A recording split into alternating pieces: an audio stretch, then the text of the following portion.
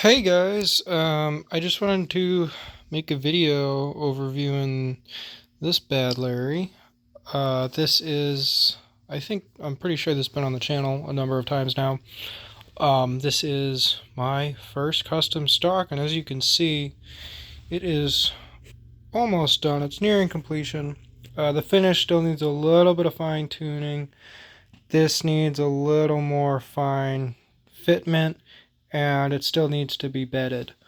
But other than that, it's coming along really well. Features of this stock: I've got an ebony forend tip. I've got French checkering on a 4-to-1 pattern. I've got stippling in these crescents all around. It's got sling swivels, traditional style, Pachmayr white line, recoil pad. It's got checkering all the way around, and it's going to get a basic glass bed. I've never done bedding before. This definitely needs it big time. So I'm going to just take it slow and steady. I've still got like a week or two to do the bedding, and then this thing will be done. The underside of it is pretty good in most spots. This is kind of rough because this was an M14 stock that has a very long mag well, and there's about an extra 3/4 of an inch, or that's actually about an inch or so. I'm gonna try and do another one or two little magic tricks to try and fill in these little gaps here, but I don't know. I got it for $10. The kid's getting it for free. It's my first stock. I'm not super worried about it. The finish here, I took boiled linseed oil and mineral spirits, mixed them half and half. Or actually, first, I did a walnut stain on this. I think Laurel Mountain Forge walnut stain. Really like it. It gives you a nice contrast and really shows the grain off very well for a $10 stock. This thing has some nice grain to it for sure. It gets a little bit cloudy sometimes, so I don't know. It's best to just not use stain, but if you want the darker color on a cheaper piece of wood like this, you need the stain. So I stained it. I did 2 layers of stain, about an hour apart.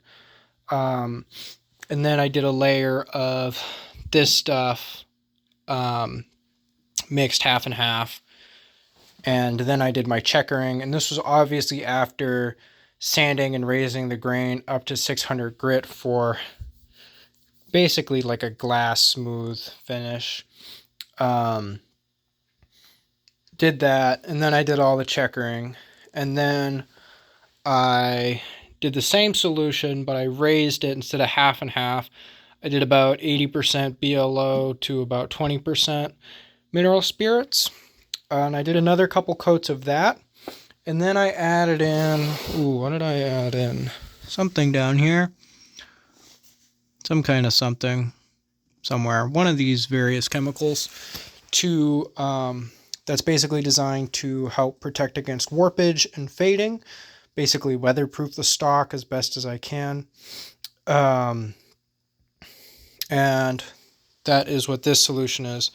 So this is, I think, like 5 parts BLO, 1 part mineral spirits to 2 parts the other thing, whatever the heck I was using, hardware store type stuff, nothing too fancy. And I've done about 3 coats of that. I did 1 coat of it, and then I tried a polyurethane finish. Really didn't come out great. I really need to spend more time figuring out polyurethane finishes. So basically had to sand it all off, and there's still a couple spots you can see. It's in the checkering. I really can't do anything about that. And honestly, if it makes the checkering harder and last a little bit longer, that's for the better anyway. But there's still a couple shiny spots you can see coming through that I need to sand out the last of the polyurethane and then do another layer of my oil finish.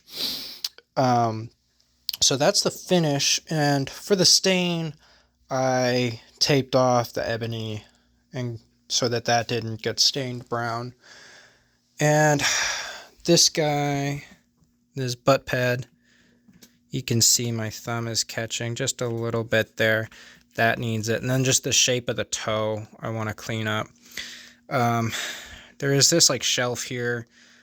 I should have done something about that, but I didn't. And it's not the end of the world. It really doesn't ruin the profile of the stock unless you're really looking at it. This sling swivel isn't 100% square. You can see it's kind of going that way a little bit, but it's not that bad. I mean, this is my first stock. I'm going to do a very similar stock next and hopefully use what I've learned here to do a quicker and better job all in all. And I'd like to do some better checkering. I think the checkering was pretty good for the most part, the checkering itself, but some of the borders in some spots were kind of messy.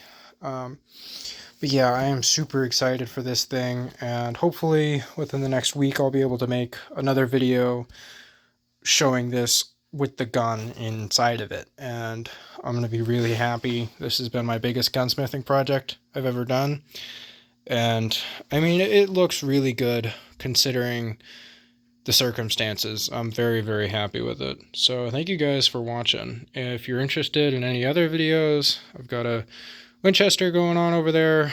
I'll probably be making a video for that tomorrow.